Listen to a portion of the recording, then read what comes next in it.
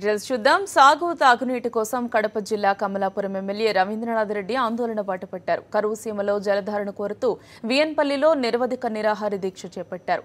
AP CM Chandrababu ప్రకటించిన నీటి ప్రాజెక్టుల పూర్తి హామీను నిలబెట్టుకోవాలని రవీంద్రనాథ్ డిమాండ్ చేశారు. రాయలసీమ ప్రయోజనాలే లక్ష్యంగా వైఎస్ఆర్సీపీ ఎమ్మెల్యే చేపట్టిన దీక్షకు వేలాది మంది సంఘీభావం తెలిపారు.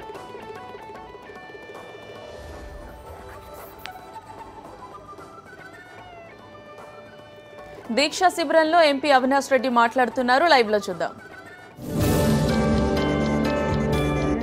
కేవలం 16 కోట్ల రూపాయలు 9 సంవత్సరాలు, ఒక సంవత్సరంలో కాదు, అంటే సంవత్సరానికి 1.5 కోట్లు ఇచ్చినట్టు లెక్క. అంత ఘోరంగా నిధులు కేటాయింపు చేసి, అంటే ఆ మనిషికి ఈ ప్రాంతానికి కృష్ణా నీళ్ళు పొరపాటున కూడా ఇవ్వకూడదనే సంకల్పం ఉండింది. నిజంగా ఆ 9 సంవత్సరాల్లో కనీసం ఒక 50% పనులు పూర్తి చేయించి ఉంటే 2004 సంవత్సరంలో బచావ్ ట్రిబ్యునల్ నిజంగా నీటి కేటాయింపులు చేయడం జరిగింది. ఆ నీటి కేటాయింపుల్లో 50-60%, 70% పూర్తయిన ప్రాజెక్టులకు కూడా ఆ రోజు నికర జలాల్లో కేటాయించడం జరిగింది. మరి 2004 కన్నా చంద్రబాబు నాయుడు గారు ఆ 9 సంవత్సరాల కాలంలో ఈ ప్రాజెక్టుకు సంబంధించి కనీసం ఒక 50% పూర్తి చేసి ఉండింటే కదా మనకు కూడా ఈరోజు మనం ఇంతగా కష్టపడేది మిగులు జలాల కోసం కష్టపడుతున్నాం. నిజంగా ఆ రోజు ఆ పని చేసి ఉంటే మనకు నికర జలాలు వచ్చి ఉండేటివి.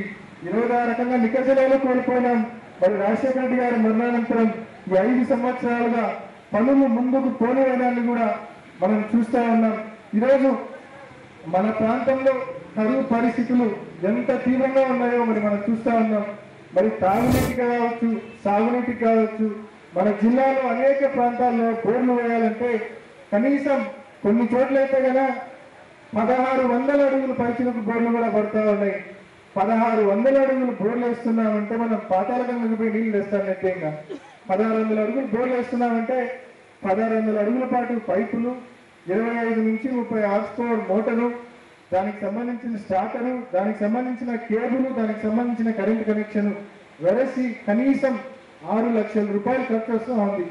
6 లక్షల రూపాయలు ఖర్చు వచ్చినా కూడా చెట్లు బతికించుకోవచ్చునే అనుకుంటే ఆ బోరు కాస్త వారమా, నెలనా, 2 నెలల అన్నట్టు ఉంది. అంత ఘోరంగా, అంత దుర్భిక్షంగా మన ప్రాంతంలో పరిస్థితులు అడుగంటిపోతా ఉన్నాయి. కాబట్టి ఖచ్చితంగా ఇదే సరైన తరుణం. అందరూ కూడా ఒకటి కావాలా, అందరూ కూడా మన ప్రాంతానికి సంబంధించి సాగునీరు మనం సాధించుకోవాలంటే ఖచ్చితంగా అందరం ఒకటి కావాలా. ఒకటై ఈ ప్రభుత్వాన్ని గట్టిగా నిలదీయాలా. ఈ ప్రభుత్వం పైన అన్ని రకాలుగా గట్టిగా ఒత్తిడి తీసుకొని రావాలా.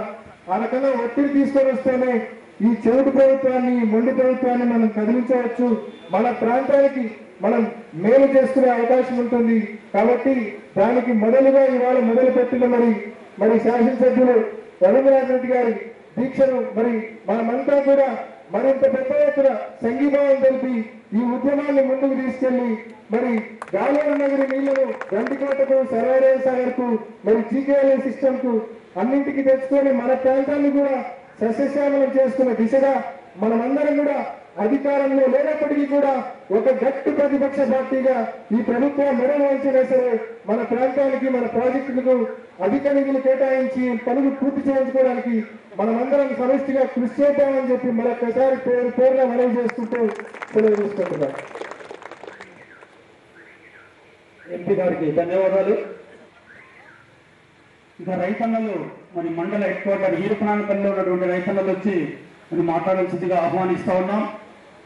వెంకయ్య గారు, సమస్యలు మీకు బాగా తెలుసు. రైతన్నలు ఏ విధంగా ఉన్నాయి ఇప్పుడు పరిస్థితి, మరి వాటి విషయమై మీరు వచ్చి మాట్లాడు.